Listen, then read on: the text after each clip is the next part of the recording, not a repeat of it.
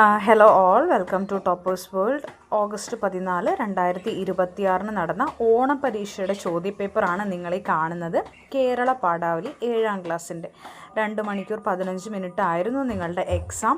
അപ്പോൾ എക്സാമിന് ചോദിച്ച ചില ചോദ്യങ്ങളുടെ ഉത്തരങ്ങൾ നമുക്ക് ഈ വീഡിയോയിലൂടെ ഒന്ന് അനലൈസ് ചെയ്യാം.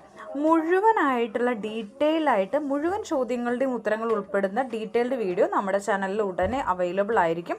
അത് ആവശ്യമുള്ളവരുണ്ടെങ്കിൽ ഒന്ന് കമൻറ്റ് ചെയ്തോളൂ കേട്ടോ. അപ്പോൾ ആദ്യത്തെ ചോദ്യം വന്നത് വായിക്കാം എഴുതാമായിരുന്നു. അതിൽ നമുക്ക് ഒരു പാരഗ്രാഫ് തന്നിട്ടുണ്ട്. അതിൻ്റെ ഉത്തരം നമുക്കൊന്ന് നോക്കാം. ആദ്യ ചോദ്യം, കുട്ടിയുടെ യാത്ര എവിടേക്കായിരുന്നു എന്നുള്ളതാണ്.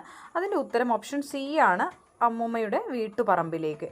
അടുത്ത ചോദ്യം വരുന്നത് കുട്ടിയുടെ യാത്രയിലുടനീളം കൂടെ ഉണ്ടായിരുന്നത് ആരാണ് എന്നുള്ളതാണ്. ഉത്തരം ഓപ്ഷൻ ബി, പൂമ്പാറ്റകളാണ്. അടുത്ത ചോദ്യം നോക്കൂ, കുട്ടിയുടെ യാത്രാനുഭവവുമായി ബന്ധപ്പെട്ട പ്രസ്താവനകൾ തിരഞ്ഞെടുത്ത് എഴുതുക എന്നുള്ളതാണ്.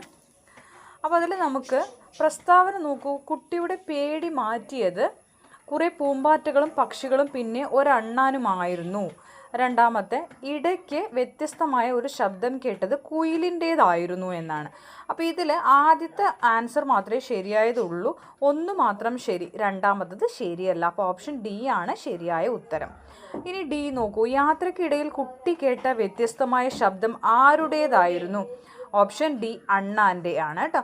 ഇനി ഈ ചോദ്യം നോക്കൂ, കാര്യകാരണ ബന്ധം നോക്കി ശരി ഉത്തരം കണ്ടെത്തുക. കാര്യം, പ്രകൃതിയെ നശിപ്പിക്കുന്നത് കണ്ടാൽ ഞാൻ തീർച്ചയായും എതിർക്കുക തന്നെ ചെയ്യും, ഉറപ്പ്. കാരണം, അമ്മൂമ്മയുടെ വീട്ടുപറമ്പിൽ നിന്ന് കുട്ടിക്ക് കിട്ടിയ യാത്രാനുഭവങ്ങൾ മനോഹരമായിരുന്നു. ബി ആണ് ശരി, കാര്യവും കാരണവും ശരിയാണ് കേട്ടോ, ഓപ്ഷൻ ബി. ഇനി നിങ്ങൾക്ക് നോക്കൂ, രണ്ടാമത്തെ ചോദ്യം ഒരു കുറിപ്പ് എഴുതാനാണ്.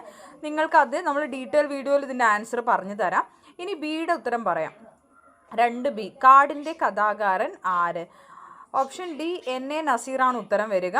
ഇനി സി നോക്കൂ, അഗ്നിസാക്ഷി എന്ന നോവൽ രചിച്ചത് ആര് എന്നുള്ളതാണ്. ഓപ്ഷൻ ബി, ലളിതാംബിക അന്തർജനമാണ് ശരിയായിട്ടുള്ള ഉത്തരം കേട്ടോ.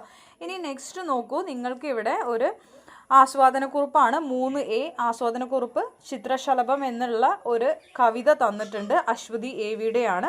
പ്രകൃതി സുന്ദരമാണ്, മരങ്ങളും പൂക്കളും കിളികളും അതിനെ കൂടുതൽ സുന്ദരമാക്കുന്നു.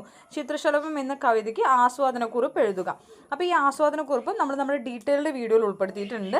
പിന്നെ 3B താരതമ്യക്കുറിപ്പാണ്. ഇതും നമ്മൾ ഡീറ്റെയിൽ വീഡിയോയിൽ ഉൾപ്പെടുത്താം. കാരണം ഇലകൾ എന്ന പോയവും കവിത അതും ഇതുമായിട്ട് വേണം നമ്മൾ താരതമ്യം ചെയ്യാൻ. ചെറിയ ആൻസർ അല്ല, കുറച്ച് വലിയ ആൻസർ ആയിരിക്കും കേട്ടോ. അതുപോലെ 4A വിശകലന കുറിപ്പ്, അതും നമ്മൾ നമ്മുടെ ഡീറ്റെയിൽ വീഡിയോയിൽ ഉൾപ്പെടുത്തും. പിന്നെ വരുന്ന അല്ലെങ്കിൽ 4B അഭിപ്രായക്കുറിപ്പ്, പത്രവാർത്ത, കഥാപാത്ര നിരൂപണം, ഇതെല്ലാം ഡീറ്റെയിൽ വീഡിയോയിൽ ഉണ്ടാവും.